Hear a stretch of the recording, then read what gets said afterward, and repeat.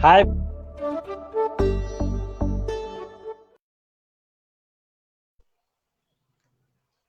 हाय बुकनट्स, नमस्कार। और बुकनट्स के सभी पाठकों को, इनफैक्ट हिंदी के सभी पाठकों को आज हिंदी दिवस की सबसे पहले ढेर सारी शुभकामनाएं। मेरे ओर से मेरा हिंदी दिवस के लिए अभिवादन आप लोग स्वीकार करिए। और आज हिंदी दिवस, ये सबसे खुशी की बात है हमारे लिए, बिल्कुल एक पावन पर्व के जैसा है। और सबसे अच्छी बात एक ये है कि आज के इस हिंदी दिवस के अवसर पे बुकनट्स, जो कि एक स्टार्टअप है, देहरादून में स्थित है, और यह हिंदी के किताबों को प्रमोट करने के लिए ही अपना पेज भी लॉन्च कर रहा है। और इस शुभारंभ पे हमारे साथ हैं लखनऊ विश्वविद्यालय हिंदी विभाग के assistant professor doctor Ravikant sir. Ravikant sir, Booknuts पे आपका स्वागत है। बहुत बहुत धन्यवाद। मैं यहाँ बताना चाहूंगा कि हिंदी के लिए बुकनट्स ने ये पेज क्यों लॉन्च किया है, इसका उद्देश्य क्या है, इसका मोटो क्या है। असल में बुकनट्स जो है देश विदेश के लेखकों को, चाहे वो हिंदी भाषा के हो, अंग्रेजी भाषा के हो, पहले से ही उनकी किताबों को वीडियो फॉर्मेट में और टेक्स्ट फॉर्मेट में प्रकाशित करते रहा है, और वीडियो भी बनाते रहा है। किताबों की समीक्षा भी कई बार होती रही है। लेकिन इस हिंदी दिवस के अवसर पे हमने पाठकों की रुचि को भी देखा, और एक मंच की हमें जरूरत हुई। तो बुकनट ने सोचा कि क्यों ना एक हिंदी के लिए अलग से मंच तैयार किया जाए, जो लेखकों और किताबों के साथ साथ पाठकों के बीच भी एक सेतु का काम कर सके। तो इसी क्रम में आज ये पेज का हम लोगों ने शुभारंभ किया है, और हम उम्मीद करते हैं कि आप लोग, हमारे सभी पाठक हिंदी के, अपनी भागीदारी सुनिश्चित करेंगे इस पेज के माध्यम से। और मैं पहले एक छोटा सा परिचय, संक्षिप्त परिचय देना चाहूंगा। हालांकि परिचय के मोहताज नहीं है डॉक्टर रविकांत सर। सर का परिचय आप लोग खुद गूगल पे देख सकते हैं, पर फिर भी एक औपचारिक रूप से मैं सर का परिचय देना चाहूंगा। सर की उच्च शिक्षा लखनऊ विश्वविद्यालय और जवाहरलाल नेहरू विश्वविद्यालय नई दिल्ली से हुई है। सर की 5 किताबें और एक पत्रिका भी जिसका इन्होंने संपादन किया है, अनहद नाम है। और 2 किताबें सर की बहुत ही चर्चित किताबें रही हैं, जिसमें आज के आईने में राष्ट्रवाद और आजादी और राष्ट्रवाद है। ये जो एक किताब है, आज के आईने में राष्ट्रवाद, इसको दैनिक जागरण ने सन 2018 में बेस्ट सेलर में शामिल किया था। तो ये एक सबसे अच्छी बात है, और बहुत ही संदर्भित और सारगर्भित किताब है। तो बात को हम आगे बढ़ाएं, इससे पहले हम सर को आमंत्रित करेंगे कि सर, आप बुकनेट्स के इस शुभारंभ पे अपनी प्रतिक्रिया दें और कुछ कहना चाहें। रविकांत सर। देखिए, सबसे पहले तो मैं बुकनट्स के तमाम जो पाठक हैं, श्रोता हैं, दर्शक हैं, उन सबको हिंदी दिवस पर बहुत बहुत शुभकामनाएं देना चाहता हूं।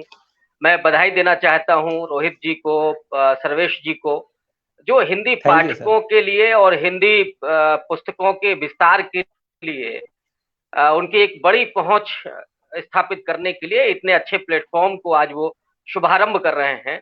तो ये हमारे लिए बहुत खुशी की बात है, और पूरे हिंदी समाज के लिए बहुत खुशी की बात है। और सबसे महत्वपूर्ण ये है कि जिस तरीके से तकनीकी विकास हो रहा है हिंदी का, जो विभिन्न दूरसंचार के माध्यम हैं, तकनीकी के माध्यम हैं, उन पर लगातार हिंदी की पहुंच बढ़ रही है। और इसके माध्यम से सिर्फ अब भारत में नहीं, बल्कि दुनिया के तमाम देशों में मुझे पूरा हाँ। भरोसा है कि जब ये कार्यक्रम चल रहा है तो निश्चित तौर पर दूर देशों में बैठे हुए जो बहुत सारे हिंदी के पाठक हैं, दर्शक हैं, प्रेमी हैं, वो जरूर इस कार्यक्रम को देख रहे होंगे। तो एक तकनीकी माध्यमों के मार्फत जिस तरीके से हिंदी की किताबें, हिंदी के लोग, हिंदी के लेखक दूर देश तक पहुंच रहे हैं और अपने पाठकों से रूबरू हो रहे हैं, और उसमें इस बुक नट्स का जो योगदान है उसके लिए मैं उनकी बहुत प्रशंसा करता हूं, और तहे दिल से मैं धन्यवाद भी देता हूं कि मेरे जैसे एक पाठक को, एक हिंदी के विद्यार्थी को वो जोड़ रहे हैं। और मैं आज आप लोगों से अपने किताब के संदर्भ में, कुछ हिंदी दिवस के संदर्भ में कुछ बातें रखूंगा। तो पहले तौर पर मेरी टिप्पणी यही है कि इस आयोजन के लिए, इस स्टार्टअप के लिए, और जो उसके आयोजक हैं उनको बहुत सारी बधाइयां और हिंदी दिवस की ढेर सारी शुभकामनाएं। सर, आपको भी बुकनेट्स की ओर से और बुकनेट्स के इस हिंदी पेज की ओर से ढेर सारा अभिवादन आप सर स्वीकार करें। और हम पाठकों बहुत से भी धन्यवाद, चाहेंगे, बहुत हम धन्यवाद। पाठकों को भी ढेर सारी शुभकामनाएं प्रेषित कर रहे हैं, और वे अपनी भागीदारी जरूर सुनिश्चित करें, इस पेज पर आए। और असल में सर, बुकनेट्स का जो फॉर्मेट है वो हमारी कोशिश यही है कि हम हिंदी की पहुँच और लोगों की पहुँच, इसमें कोई दूरी नहीं बनी रहे। इस वजह से हमारा एक उद्देश्य है, इसका टैगलाइन भी है कि हिंदी के पाठकों को जोड़ने का एक प्रयास है, हमारी पहल है बुकनट्स की। तो हम चाहेंगे कि हमारे सभी पाठक अपनी पहुँच इस तक लाएँ और अपनी भागीदारी बनाएँ हिंदी साहित्य के प्रति। सर हम आगे बढ़े, जैसा कि आप सभी जानते हैं कि आज हिंदी दिवस है। तो चूँकि सर एक शिक्षक भी हैं और हिंदी से जुड़े भी रहे हैं, तो हम चाहेंगे कि आज हिंदी दिवस है तो सर आप अपनी कुछ सुझाव या प्रतिक्रिया या कुछ सलाह दें, हम पाठकों के लिए भी हिंदी को लेकर कि हमें हिंदी के बारे में और कैसे उत्साहवर्धन मिले, हम हिंदी को और कैसे बढ़ावा दे सकते हैं या छोटी-छोटी चीज़ों में हम हिंदी के प्रति कैसे और ज़्यादा खुद को जागरूक बना सकते हैं? देखिए, रविकांत ये सर। जो आज का दिन है, वो निश्चित तौर पर जो तमाम हिंदी पाठक हैं, और मैं हिंदी पाठक ही नहीं बल्कि ये कहूँगा कि जो भारत के तमाम लोग हैं, संविधान में इन्हीं शब्दों के साथ शुरू किया गया है। तो जो हम भारत के लोग हैं, वो हिंदी को लेकर के आज एक उत्सव मनाने जा रहे हैं। और दरअसल इसकी जो शुरुआत हुई थी, वो इसके लिए हुई थी कि हिंदी को हम विकासमान बनाएँ, हिंदी का विस्तार करें, हिंदी को एक संपर्क भाषा के रूप में उसको मजबूत बनाएँ, और साथ ही साथ जो हिंदी की जो किताबें हैं, हिंदी की जो लेखनी है, हिंदी के जो पाठक हैं, उन तक कैसे हिंदी का विस्तार करें, वहाँ तक पहुँच बनाएँ। उसके लिए इस दिवस की शुरुआत हुई थी। हर साल हम लोग चिंता करते हैं और चेतावनियाँ भी देते हैं कि हिंदी के लिए क्या-क्या होना चाहिए। निश्चित तौर पर जो हिंदी का सवाल है, वो चुनौतीपूर्ण भी है और चिंता ग्रस्त करने वाला भी। ये बात मैं सिर्फ़ इसलिए नहीं कह रहा हूँ कि मैं हिंदी भाषी हूँ, मैं इसलिए कह रहा हूँ जी, कि जी। मैं भारतीय हूँ। क्योंकि हिंदी का मतलब भारत का होना है। एक ज़माने में हिंदी है, हम वतन है, हिंदुस्ताँ हमारा। हाँ, हिंदी ये का बहुत हम मतलब लोग भी पढ़े हैं। भारत होता है, हिंदी का मतलब ये देश होता है। लेकिन जब हम भाषा के तौर पर देखते हैं, तो मैं एक बात ज़रूर कहूँगा कि हम सिर्फ़ हिंदी तक अपने को सीमित ना रखें। हिंदी को हम बहुत अच्छे से पढ़ें, बहुत अच्छे से सीखें, और चूँकि जो हिंदी भाषी क्षेत्र हैं, उनकी अपनी मातृभाषा है, उनकी अपनी स्थानीय भाषा है, उनका अपना अधिकार इस भाषा पर होना चाहिए। आप अच्छी भाषा बोलें, अच्छी भाषा सीखें, और हम लोग तो लखनऊ में हैं। लखनऊ की हिंदी सबसे उम्दा मानी जाती है, सबसे अच्छे तलफ़्फ़ुज़ वाली हिंदी मानी जाती है। हुँ। मैं ये ज़रूर कह सकता हूँ कि मुझे उतनी अच्छी हिंदी नहीं आती होगी, लेकिन ये ज़रूर है कि हमें एक बेहतर हिंदी सीखनी चाहिए। लेकिन इसके साथ-साथ एक हमारी कोशिश ये भी होनी चाहिए कि हिंदी के अतिरिक्त हम जो भारत की अन्य भाषाएँ हैं, चाहे उसमें बंगला हो, मराठी हो, तेलुगु हो, कन्नड़ हो, मलयालम हो, इनमें से एक भाषा ज़रूर सीखें। अंग्रेज़ी आनी चाहिए, अंग्रेज़ी वैश्विक भाषा के रूप में समादृत है, और इसका उसका जो दर्जा है हम उसका घटा नहीं सकते हैं। लेकिन हम अंग्रेज़ी को उस रूप में ना लें जिस रूप में आम तौर पर लोग लेते हैं। अंग्रेज़ी को लेकर के जो एक तरह का सुपीरियरिटी कॉम्प्लेक्स होता है, वो नहीं होना चाहिए। आप अंग्रेज़ी पर भी अधिकार जमाएँ, लेकिन अपने हिंदी के प्रति, अपनी भाषा के प्रति, अपनी मराठी, अपनी तेलुगु या अपनी बंगला के प्रति आपके मन में कोई हीन भाव नहीं होना चाहिए। आप अपनी भाषा में जिएँ, अपनी भाषा में बात कहें, अपनी भाषा में काम करें, और निरंतर ज़्यादा से ज़्यादा करें, और हिंदी से भी और जो भाषाएँ हो सकती हैं, उनको ज़रूर सीखें, और भारत की कोई और भाषा सीखें, तो मुझे लगता है कि हम एक बेहतर राष्ट्र को बना रहे होंगे। हम एक तरह से बेहतर राष्ट्रवादी बन रहे होंगे, अगर हम हिंदी के अतिरिक्त कम से कम एक भाषा सीख रहे होंगे। तो बहुत सारी बधाई, और मैं यही कहूँगा कि सबको हिंदी से जुड़ना चाहिए। हिंदी को किसी से बैर भी नहीं करना चाहिए। जो गैर हिंदी भाषी लोग हैं, उनको अगर ये लगता है कि हिंदी हम पर थोपने की कोशिश हो रही है, तो मैं समझता हूँ कि हिंदी का पाठक, हिंदी का विद्यार्थी ये कभी नहीं करता। राजनीति एक अपनी जगह है, उसकी अपनी तमाम कमजोरियां और तमाम चीजें होती हैं, लेकिन हिंदी का पाठक, हिंदी का विद्यार्थी ये कभी नहीं चाहेगा। वो दिल से तमिल को भी लगाना चाहता है, वो दिल से बंगला को भी मोहब्बत करना चाहता है कि एक भाषा और वो सीखे। तो हिंदी का इतना बड़ा हृदय है कि उसके दिल में और भी तमाम भाषाएं और भी तमाम लोग उसके साथ जुड़े और एक हम बेहतर हिंदुस्तान का निर्माण कर सकें, जो हमारी आपसदारी की भावना है वो बढ़ सके, यही हम इस दिवस पर कामना करते हैं। सर आपने बहुत अच्छा संतुलन एक संतुलित बनाया। हिंदी की यही खूबसूरती है और हिंदी बोलने वालों की भी यही खूबसूरती है कि हम हिंदी के साथ-साथ क्षेत्रीय भाषाओं का जो संतुलन आपने सर बताया, जिस पे आपने बात किया, वो सच में हम सभी लोगों को ध्यान देने की बात है। और ये भी बात आपने जो कही कि बात बराबरी की है, बात किसी एक भाषा को ऊपर-नीचे ले जाने की नहीं है। तो ये सब चीज़ें हम लोगों को हिंदी के प्रति जागरूक होकर आगे ले जाने में बहुत मददगार साबित होगा। बहरहाल हिंदी को लेके और हिंदी के प्रति लोगों की अपनी-अपनी समझ है और आज हिंदी दिवस है तो अलग-अलग विचारधारा के लोग अपने-अपने हिसाब से अलग-अलग तरीकों से हिंदी के प्रति अपनी भावनाओं को व्यक्त कर रहे हैं। हम इस बात को जारी रखेंगे लेकिन इस बात में अगली कड़ी हम ये जोड़ना चाहेंगे कि आज के दिन हमारे साथ डॉक्टर रविकांत सर हैं और रविकांत सर ने एक किताब लिखा था जो मेरे पास है, मैं दिखाता हूँ। आज के आईने में राष्ट्रवाद। ये हालाँकि चूँकि मैं किंडल वर्ज़न में लिया हूँ इसीलिए मुझे इसमें दिखाना पड़ रहा है। हम इस किताब के बारे में बात करेंगे मैं सर दिखा आपसे। सकता हूँ, हाँ जी मैं सर। दिखा सकता हाँ। हूँ। तो हम इस किताब के बारे में आज सर आपसे बात करेंगे। थोड़ा मैं एक संक्षिप्त परिचय दे देता हूँ इस किताब के बारे में। ये किताब राष्ट्रवाद को समझने के लिए एक तरह से मैं ये कहूँ कि एक दस्तावेज़ है, तो इसमें कोई अतिशयोक्ति नहीं होगी। इसका कारण ये है कि इस किताब में बहुत बड़े-बड़े और विख्यात, सुविख्यात शिक्षाविद लोगों ने अपनी लेखों को शामिल किया है जिसमें दिल्ली के बड़े-बड़े शिक्षाविदों का लेख शामिल है। मेरे ख्याल से लगभग 15 के आस-पास इसमें शिक्षाविदों ने अपने लेखों को शामिल किया है और उन सबका संपादन रविकांत सर ने किया है, जैसा आप लोग देख पा रहे हैं, मैं फिर से दिखा रहा हूँ।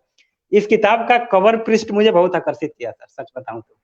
तिरंगे झंडे के रंग का कवर पृष्ठ है, तो ये मुझे बहुत आकर्षित किया और इस किताब में जो ये राष्ट्रवाद शब्द लिखा है, मेरे ख्याल से हर एक शब्द बहुत महत्वपूर्ण है, लेकिन ये सबसे महत्वपूर्ण लगा वो राष्ट्रवाद शब्द है। तो सर मैं चाहूँगा कि इस किताब में जो शब्द राष्ट्रवाद को परिभाषित किया गया है, वो आज के हिंदी साहित्य के संदर्भ में कैसे फिट बैठता है? या आप इस पे क्या कहना चाहेंगे कि हिंदी साहित्य का एक पा पाठक या विद्यार्थी होकर मैं देखूँ कि इस किताब में राष्ट्रवाद मुझे कहाँ दिख रहा है? तो उस संदर्भ में सर आप इसको कैसे परिभाषित करेंगे? सर आप एक बार इस पे ज़रूर प्रकाश डालें। देखिए, मैं पहले थोड़ा-सा पृष्ठभूमि इस किताब के संदर्भ में आपको बता दूँ। जी, जी। 2016 में जेएनयू में एक घटनाक्रम हुआ था, जिसमें वहाँ के छात्रों पर ये आरोप लगाया गया था कि वो देशद्रोही हैं, टुकड़े-टुकड़े गैंग के लोग हैं, वामपंथी हैं। तो हम लोग जानते हैं कि आज का जो पूरा समय है, उसमें ये जो अल्फाज हैं या ये जो विचारधारा है उसको देशद्रोही और एक तरह से बड़ी अजीब किस्म की विचारधारा माना जाता है। लेकिन हम लोग जेएनयू के विषय में जानते हैं कि हिंदुस्तान का बड़े से बड़ा प्रबुद्ध व्यक्ति और बड़े से बड़ा धनवान व्यक्ति भी अपने बच्चों को जेएनयू में पढ़ाना चाहता है। इस बार का ही अगर आप देख लें, जो अभी तमाम यूनिवर्सिटीज़ का रैंकिंग आई है, उसमें सेकंड पोज़ीशन जेएनयू की है। पिछले साल भी दूसरी पोज़ीशन थी, उसके पहले राष्ट्रपति अवार्ड लगातार मिला 3 बार, माने पहली पोज़ीशन पर रहा। तो जेएनयू लोगों का ख्वाब रहा है। मेरी खुशनसीबी ये है कि मैंने वहाँ 4 वर्ष गुज़ारे हैं, मैंने एमए किया है, एमफिल किया है। तो ज़ाहिर तौर पर एक जवाब बनता था, क्योंकि मैंने वहाँ के विद्यार्थियों को, उस परिवेश को और वहाँ की पूरी संस्कृति को जाना और समझा है बेहतर तरीके से। मैं इस बात को बहुत दावे के साथ कह सकता हूँ कि वहाँ देशद्रोही और कोई देश के खिलाफ जैसी कोई चीज़ नहीं हो सकती। हाँ, ये ज़रूर है कि विभिन्न विचारधाराओं के बीच संवाद होता है। असहमतियां वहां होती हैं। अपने अधिकारों के प्रति वहां के छात्र छात्राएं बहुत सचेत हैं। वहां अगर आप छात्राओं का खास करके दर्जा देखिएगा, वो आपको दिखेगा उनका चाहे उनकी अपना अपना व्यक्तित्व हो या उनके अपने अधिकारों के प्रति सजगता हो, वो देखेंगे आप तो आपको ताज्जुब होगा। साथ ही साथ मैं एक चीज और जोड़ूंगा, जेएनयू का जो पूरा परिवेश रहा है और खास करके वहां जो जिस तरह से विद्यार्थी आते हैं, वो एक अलग किस्म का वहां आरक्षण लागू है, जिसमें कोई विद्यार्थी अगर आदिवासी क्षेत्र से आ रहा है तो उसे अतिरिक्त नंबर मिलता है, अगर आदिवासी क्षेत्र की लड़की है तो उसे 1 नंबर और मिलता है, कोई देहात से जा रहा है तो उसे अतिरिक्त नंबर मिलता है। तो ये इस तरह से जेएनयू में जो सबसे पिछड़े क्षेत्र हैं, सबसे पिछड़े समुदायों के बच्चे हैं, वो वहां पहुंचते हैं और बहुत मेहनत और लगन से वहां पढ़ते हैं, क्योंकि फीस बहुत कम हुआ करती थी, अब शायद बढ़ा दी गई है। तो उस परिवेश में जब जेएनयू को टारगेट किया गया, मीडिया में खास करके जेएनयू को बदनाम किया गया और राष्ट्रवाद को लेकर के एक नए किस्म का माहौल पैदा किया गया, तो स्वयं जेएनयू के छात्रों ने एक मुहिम चलाई अपने तमाम विद्यार्थी अध्यापकों के साथ, दिल्ली के तमाम बुद्धिजीवियों को बुला करके, जो साहित्यकार हैं उनको बुलाया, जो संस्कृति कर्मी हैं उनको बुलाया और राष्ट्रवाद पर एक बहस छेड़ी। उस बहस में ढेर सारे व्याख्यान ऐसे थे जो बहुत महत्वपूर्ण थे, जिनको दस्तावेज के रूप में रखना बहुत जरूरी हो गया था। तो उनमें से 13 व्याख्यान मैंने इस किताब में शामिल किए हैं। 2 व्याख्यान उसके बाहर के हैं। एक पुणे में व्याख्यान योगेंद्र यादव ने दिया था राष्ट्रवाद पर, उसको मैंने शामिल किया है, और एक व्याख्यान अनिल सदगोपाल जी का है जो उन्होंने मध्य प्रदेश में दिया था, उसको मैंने शामिल किया है। इनके अलावा अनुराग मोदी, अपूर्वानंद, अशोक वाजपेयी, आनंद कुमार, गोपाल प्रधान, तनिका सरकार, निवेदिता मेनन, पी साईनाथ, प्रभात पटनायक, पुरुषोत्तम अग्रवाल, बद्री नारायण, वीर भारत तलवार और सतीश देशपांडे, ये 15 नाम हैं जिनके व्याख्यान इसमें शामिल हैं। और इन नामों से ही आपको अनुमान हो रहा होगा कि इसमें वामपंथी विचारधारा के लोग हैं, गांधीवादी विचारधारा के लोग हैं, समाजवादी विचारधारा के लोग हैं। तो तमाम जो भारत के और जेएनयू की जो अपनी खूबसूरती है, जो तमाम विचारधाराओं के लोग वहां पर हैं और आपस में संवाद में भरोसा करते हैं, किसी किस्म की कोई असहिष्णुता नहीं, बड़ी सहिष्णुता के साथ, सौहार्द के साथ वो संवाद करते हैं, विभिन्न विचारधाराओं के लोग एक प्लेटफॉर्म पर आकर के। तो उस राष्ट्रवाद को परिभाषित किया गया जेएनयू में और वही इस किताब में संकलित है। लेकिन जो आपका सवाल है वो और ज्यादा महत्वपूर्ण है आज के संदर्भ में। पहले तो मैं थोड़ा सा इसको इतिहास में ले जाना चाहूंगा। इतिहास में अगर मैं हिंदी की बात करूं तो प्रेमचंद जैसा लेखक राष्ट्रवाद को कोढ़ कहता है। माने प्रेमचंद राष्ट्रवाद को नापसंद करने वाले व्यक्ति। लेकिन ध्यान रखिएगा, वो किस राष्ट्रवाद को नापसंद कर रहे हैं? वो राष्ट्रवाद जो पश्चिम में शुरू हुआ, जो साम्राज्यवाद को बढ़ावा देने वाला था, वो राष्ट्रवाद जो किसी नस्ल, किसी धर्म, किसी भाषा पर आधारित था, वो राष्ट्रवाद जिसने अपने सामने किसी दुश्मन को मान लिया था या दुश्मन को पैदा कर लिया था, उस राष्ट्रवाद का विरोध प्रेमचंद कर रहे हैं और उसके खतरे को महसूस कर रहे हैं। प्रेमचंद का एक लेख ही है कि जो सांप्रदायिकता है वो अक्सर संस्कृति की दुहाई देती है, या सांप्रदायिकता संस्कृति की खाल ओढ़ करके आती है। तो उसका वो खतरा देख रहे थे और इसीलिए राष्ट्रवाद की मजम्मत कर रहे थे, उसकी आलोचना कर रहे थे। लेकिन मुझे लगता है कि प्रेमचंद पश्चिम के राष्ट्रवाद की तो आलोचना कर रहे हैं, लेकिन वो एक भारतीय राष्ट्रवाद जो स्वाधीनता आंदोलन के समय बन रहा था, उसकी तरफ अपनी लेखनी के माध्यम से, अपने कथा साहित्य के माध्यम से, अपने निबंधों के माध्यम से उस राष्ट्रवाद की वो पैरवी कर रहे हैं या उस राष्ट्रवाद को निर्मित करने में अपनी भूमिका अदा कर रहे हैं। मैं अगर ये कहूं कि प्रेमचंद राष्ट्रवाद से ज्यादा वो स्वराज शब्द को पसंद करते हैं। हम लोग जानते हैं कि गांधी का जो हिंद स्वराज है वहां से, या प्रेमचंद का उसी दरमियान एक कहानी है, दुनिया का सबसे अनमोल रतन। उस कहानी पर बैन लगाया गया था। प्रेमचंद को बाकायदा हिदायत दी गई थी कि दोबारा अगर इस तरह की अगर आप कोशिश करते हैं, इस तरह की कोई कहानी लिखते हैं तो आपके साथ क्या होगा। प्रेमचंद ने लंबे समय तक, मैंने 2-3 साल तक लिखना तक बंद कर दिया था। उसके बाद वो पहले नवाब राय के नाम से लिखते थे, बाद में प्रेमचंद के नाम से आते हैं। तो भारत के संदर्भ में राष्ट्रवाद से अधिक स्वराज की भावना थी, और वो जो स्वराज है जी। ये सर आपने जो प्रेमचंद का उदाहरण दिया, मैं जब किताब पढ़ रहा था तो उसमें मुझे एक जगह प्रोफेसर अपूर्वानंद सर ने लिखा हुआ था, वो प्रेमचंद के एक व्याख्या को लिखे हुए थे, जिसमें अगर मैं पढ़ूं उसको हूबहू, तो ये एक दीक्षांत समारोह के दौरान की बात है, जिसमें प्रेमचंद जी ने सीवी रमन को उद्धृत करते हुए लिखा है कि हिंदुस्तान के विद्यार्थियों का ये धर्म नहीं है कि वह क्रांति और परिवर्तन को, गति को और तेज बना दे, बल्कि उसका वास्तविक धर्म है कि वह जातीय विकास की द्रुत गति के लिए एक ब्रेक का काम करे। और ये जो चीज है वो हमारे राष्ट्रवाद की ओर प्रेमचंद जी इंगित कर रहे हैं कि अगर हम किसी चीज से असहमत हैं तो इसका ये मतलब नहीं है कि वो असहमति हर समय गलत है। बिल्कुल और जब मैं बिल्कुल। सर, हाँ जी जी, आप ये बात जब कर मैं ले, पूरी किताब कर। सर पढ़ रहा था तो मुझे रामधारी सिंह दिनकर की याद बहुत आई, क्योंकि राष्ट्रवाद पर उन्होंने भी बहुत कुछ लिखा था, जिसमें उन्होंने कहा कि जब दो जगह सहमति और असहमति, दो बातें एक साथ हो, तो हम बीच का रास्ता निकाल सकते हैं, जो विवेक के आधार पे होना चाहिए कि सहमति और असहमति के बीच एक विवेक होना चाहिए, जिसमें एक मिनिमम सहमति तो हो ही दोनों ओर से। तो हिंदी साहित्य में भी बहुत सारी चीजें हैं राष्ट्रवाद को लेके सर। तो मुझे लगता है कि आप शायद सर इस पे ज्यादा अच्छे से प्रकाश डाल पाएंगे।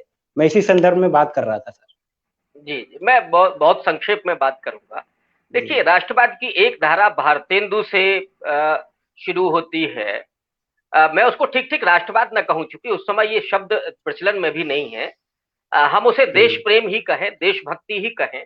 तो वो धारा भारतेंदु प्रताप नारायण मिश्र से होते हुए शुरू होती है, और महावीर प्रसाद द्विवेदी, मैत्रीक्षण गुप्त, जिनको राष्ट्र कवि कहा गया, वहां से वो आगे बढ़कर के जयशंकर प्रसाद के यहाँ पल्लवित होती है, निराला के यहाँ वो पोषित होती है। वो एक पूरी परंपरा है जो दिनकर तक जाती है। वो एक लंबी परंपरा है जिसमें संस्कृति का भी बोध है।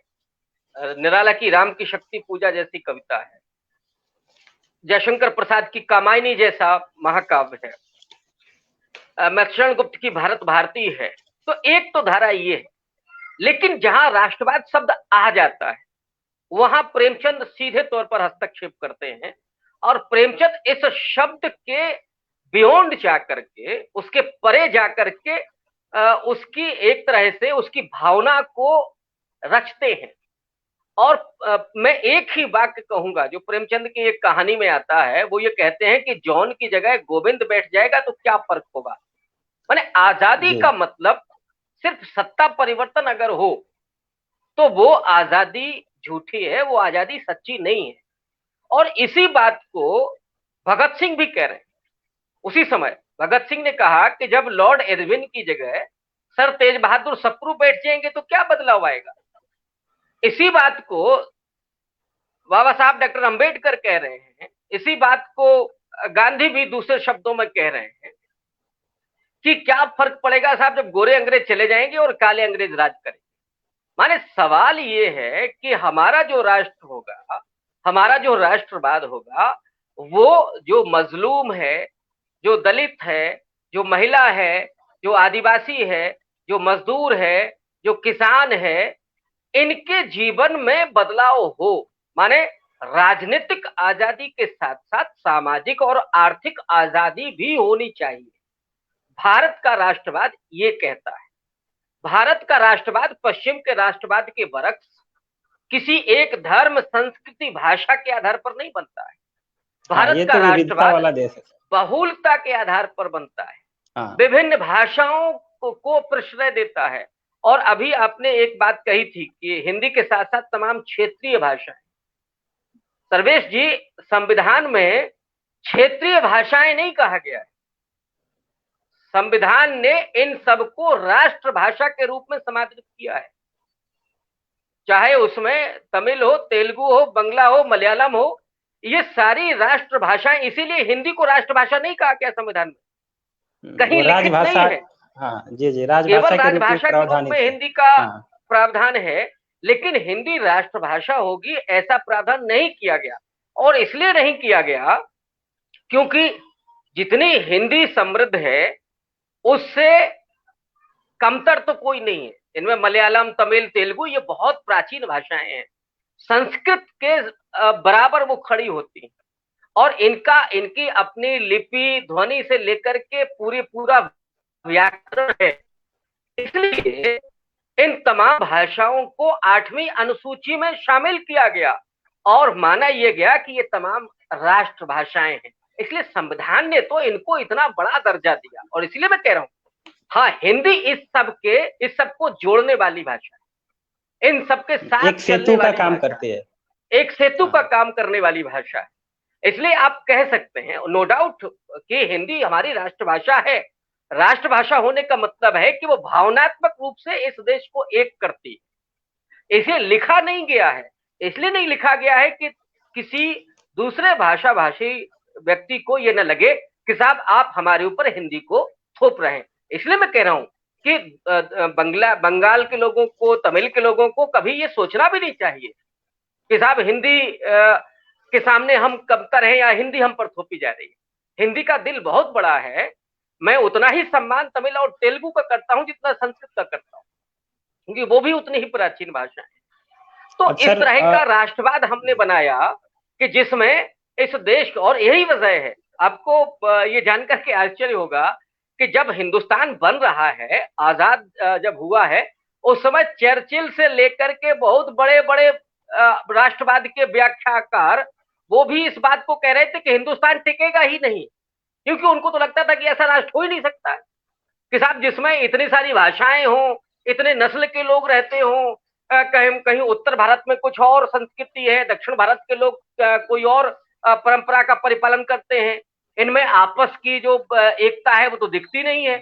लेकिन वो इस बात को भूल गए कि हमारी जो दिल है वो एक है। तो इस देश ने ये दिखाया है जी, इस देश ने ये दिखाया है। और चर्चिल को उन्होंने खारिज किया। चर्चिल को, हॉब्सबॉम को उन्होंने एक तरह से गलत साबित किया हिंदुस्तान के राष्ट्रवाद ने। और आपको एक चीज मैं और बता दूं, जब भारत आजाद हो रहा है उस 50 के आसपास करीब 45 से ज्यादा देश आजाद हुए थे उस दरमियान। उसमें से केवल भारत एक ऐसा देश है जो विभाजित नहीं हुआ, वरना सारे देश टूट गए। पाकिस्तान के भी 2 टुकड़े हो गए, सोवियत रूस के कितने टुकड़े हुए हम लोग जानते हैं। हाँ। लेकिन हिंदुस्तान कभी बटा नहीं। और इसलिए नहीं बटा क्योंकि इसके जो बहुलता के जो सूत्र हैं वो बहुत प्रगाढ़ हैं। हम केरल जाए न जाएं, हम नॉर्थ ईस्ट जाते हो ना जाते हो, लेकिन हमारे दिल वहां से जुड़े हैं। और इसका सूत्र एक भाषा भी करती है, हमारी हिंदी भी करती है। और इसलिए मैं कहता हूं कि ये देश उतना ही ऊर्जावान और उतना ही आपसदारी की भावना से जुड़ा हुआ है। हम शारीरिक रूप से भले ही वहां उपस्थित ना हो, लेकिन वो हमारे दिलों में उपस्थित रहता है। सर, अब एक अंतिम सवाल लूंगा, ये भी आपके किताब से ही है, मैं ये दिखा रहा हूँ फिर से एक बार दोबारा। आज के आईने में राष्ट्रवाद के कौन सा हिस्सा है जो आपको सबसे ज्यादा छू कर निकला, मतलब जो हिस्सा आपको लगा कि हाँ ये मेरा सबसे पसंदीदा हिस्सा हो सकता है? हालांकि इसके सारे लेख तो एक से एक हैं, लेकिन एक किसी लेख के बारे में मैं आपसे पूछूं सर, तो कौन सा लेख, सब संक्षिप्त में एक आपका पसंदीदा लेख कौन सा है? देखिए, बड़ा मुश्किल होगा ये कहना मेरे लिए। जब आप ये सवाल कर रहे हैं तो मेरे ध्यान में 3 लेख आ रहे हैं। एक अपूर्वानंद का, जहां वो कहते हैं कि गांधी की चिट्ठी अगर आ जाती तो वो जेएनयू पहुंचेगी, और वो जेएनयू पहुंचती, उस समय वो ये कह रहे हैं। और वो उदाहरण दे रहे हैं कि जब कोई दुनिया के किसी देश से गांधी जी को चिट्ठी लिखता था तो उसमें महात्मा गांधी, भारत और ब्रैकेट में लिखा होता था कहीं भी हो, जहां कहीं भी हो। क्योंकि गांधी जी बराबर घूमते रहते थे। तो गांधी जी का पता पूरा भारत होता था। अपूर्वानंद ने बड़ी भावुकतापूर्ण तरीके से इस राष्ट्रवाद को गांधी के तई व्याख्यात करते हुए और जेएनयू को गांधी के आखिरी पते के रूप में उद्धृत किया है। तो वो बड़ा भावुकतापूर्ण भाषण है जो इसमें किताब में शामिल है। उसी तरह से अनिल सदगोपाल का जो लेख है, जो जनवाद, राष्ट्रवाद बनाम जनवाद के जो सवाल को उठाते हैं कि जिसमें आदिवासी, दलित, पिछड़े और महिलाएं, उनकी शिक्षा का सवाल कि आप राष्ट्रवाद को केवल प्रतीकात्मक ढंग से नहीं देखें, कुछ नारों में, तिरंगे में, भारत माता की जय में न देखें, बल्कि हमारा राष्ट्रवाद तो लोगों में है। संविधान शुरू ही होता है हम भारत के लोग से। तो राष्ट्रवाद के प्रति हमारा प्रेम तब होगा जब हम यहाँ के लोगों के जो अधिकार हैं, उन अधिकारों के प्रति एक तरह से उन्हें अधिकार वो दिलाएंगे। दूसरा, उनके शिक्षा से लेकर के और उनके पोषण, ये जो तमाम चीजें हैं, वो जब उनको मिलेंगी तब हमारा राष्ट्रवाद मजबूत होगा। तो एक वो है। तीसरा जो मुझे लगता है कि थोड़ा सा मुश्किल होगा ये कहना, योगेंद्र यादव ने राष्ट्रवाद को एक अलग तरीके से व्याख्यायित किया है और वो ये कहते हैं कि भारत माता की जय कोई दक्षिणपंथी नारा नहीं है और इसमें लगाने में कोई शर्म भी नहीं होनी चाहिए। जो लोग इसको लगाने में शर्म करते हैं वो सच्चे अर्थों में देशभक्ति का परिचय नहीं दे रहे होते। वो गलत भी है, क्योंकि यहाँ वंदे मातरम कहना, भारत माता की जय कहना, ये इसमें बुरा क्या है, गलत क्या है।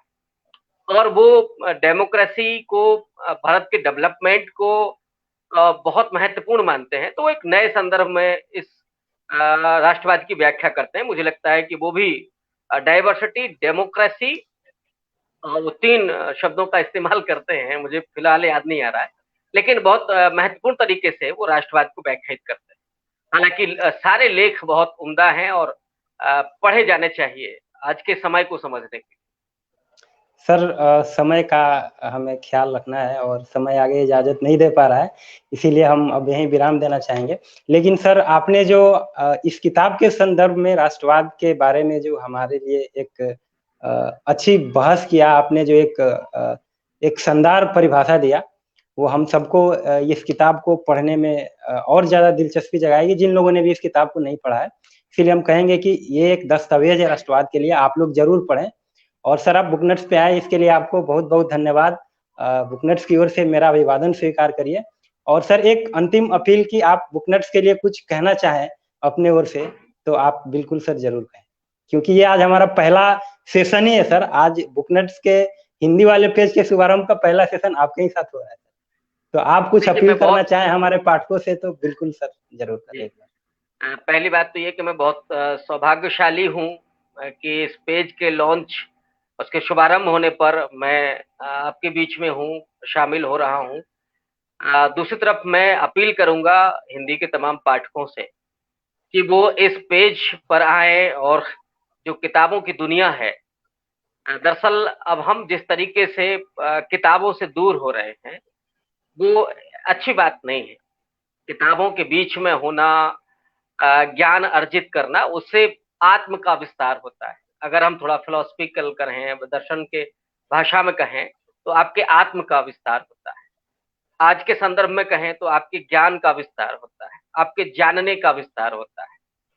तो इसलिए किताबों को पढ़ना और बुकनट्स पर इस तरह की गोष्ठियों को, इस तरह के संवाद को सुनना भी आपके लिए बहुत महत्वपूर्ण है। यहाँ पर आपको ढेर सारी जानकारियां भी मिलेंगी, जितना मैं समझ पा रहा हूँ। विभिन्न किताबों के संदर्भ में विभिन्न लेखकों से आप जुड़ेंगे और बहुत कुछ सीखेंगे और स्वयं न सिर्फ अपने ज्ञान का विस्तार करेंगे, बल्कि रचनाशीलता भी, रचना करना भी सीखेंगे। तो इसलिए ये प्लेटफॉर्म और भी ज्यादा महत्वपूर्ण हो जाता है। मैं अपनी तरफ से आप लोगों से अपील करूंगा, तमाम पाठकों से, जो दर्शक देख रहे हैं, सुन रहे हैं, कि वो जरूर इसको लाइक करें, इसको शेयर करें और अपने मित्रों को इसके बारे में सूचना दें और इस पर लगातार विजिट करें, ताकि हिंदी की दुनिया, जो हिंदी के ज्ञान की दुनिया है, किताब की दुनिया है, उसका विस्तार हो और हमारे आत्म और हमारे ज्ञान का भी विस्तार। सर, आपका बहुत-बहुत धन्यवाद बुकनट्स की ओर से और हिंदी दिवस की फिर से ढेर सारी शुभकामनाएं सर। आप सभी पाठकों को भी और सर आपको भी पुनः एक बार ढेर सारा आभार बुकनट्स की ओर से। धन्यवाद सर। धन्यवाद।